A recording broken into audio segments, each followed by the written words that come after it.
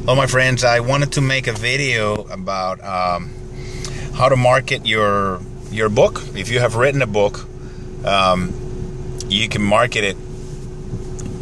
I've written 3 or 4 things. I wrote a Puerto Rican slang dictionary in Spanish. I wrote a short novel called Juan Makes Lemonade. I wrote a used car buying guide called How to Not Get Screwed When Buying a Used Car. And the one that was marginally successful was my first one, the Puerto Rican Slang Dictionary, the first edition. And the second edition, I had problems with the marketing, and I'll tell you what happened. The way I did is I wrote the book. I eventually found after about 3 of these scam publishers out there that predate upon people's dreams of writing a book. I finally settled down with one where I could be my own publisher. That was through Ingram, Lightning Source.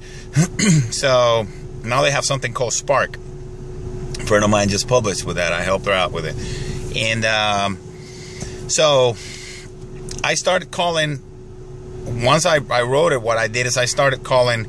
I live in Orlando, so in Florida, so I started calling newspapers and radio stations and AM and FM, emailing producers in Puerto Rico, and also calling people. So basically, you're just going to go around and look for TV and radio stations, and you're going to introduce yourself, and you're going to try to get some coverage. Now, people think that because you're not famous or you're not known, you're not going to get on TV, and that's not true. The reality is that, you know, there are only so many accidents and murders and explosions in one city for news to cover, and newspapers and all that stuff. So they need stuff for from the community to fill in those spots when there's no major news on the street. So if you get a radio interview, which was my first thing, I did a radio interview with a buddy of mine. He owns a show.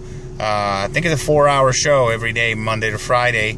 And I went in there with a book. I presented the book. I read something from the book, and people started calling in like crazy. They lit up the switchboard with phone calls, wanting to see what word meant and stuff. They were very interested in the book because it talks about the way Puerto Ricans we speak Spanish.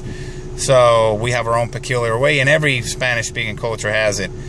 Just like English, you know, it's not the same in Colorado as it is in Georgia. So that was one. And then from there, I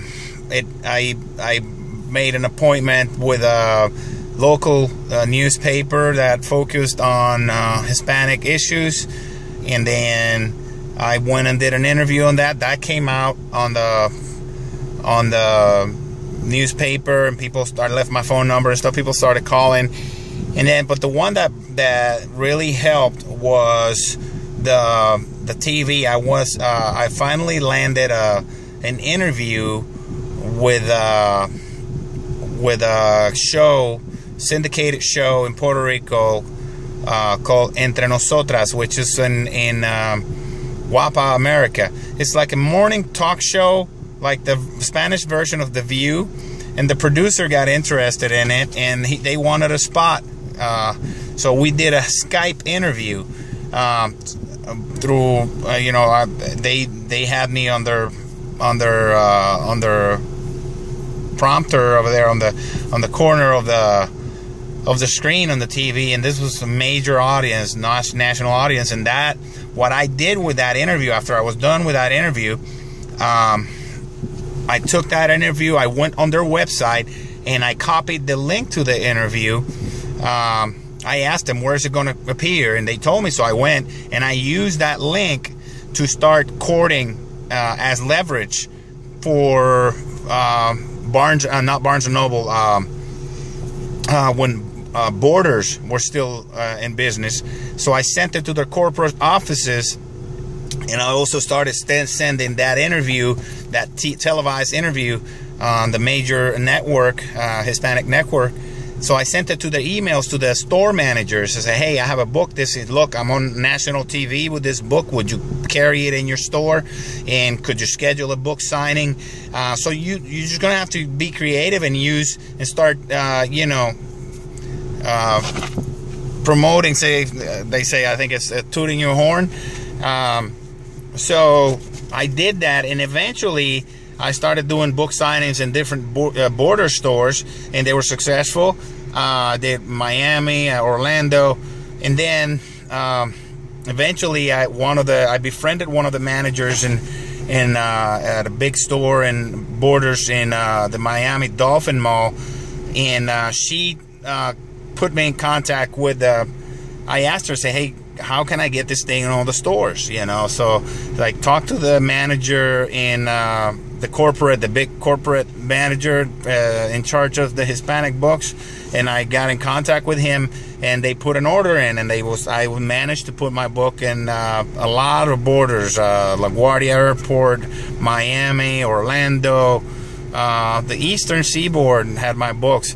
The problem was that about 2 weeks after the first order, they closed they closed Borders, so that I could have been sitting pretty right now if that had not been the case.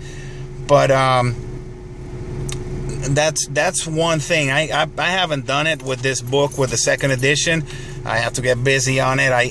The second edition of my Puerto Rican slang dictionary is got over 2,000 terms, and I think it would be successful. The problem is that right now brick and mortar bookstores are hard to get into. Books A Million, I tried to get in there, and they have a scam going on where they won't pay you. It'll take 3 months for them to to pay you, and you have to go through all this process. They basically do not support independent authors unless they're already famous, which takes them out of the independent author category after they get famous. But Barnes & Noble is even worse. I've tried with them for like twice, and they're horrible to independent authors. You have to be famous to get in with them. If you are in Puerto Rico, I heard that you might have a shot if you know somebody that works with Walmart. To get into Walmart here is harder, but there, for some reason, the channels of distributions are a little different.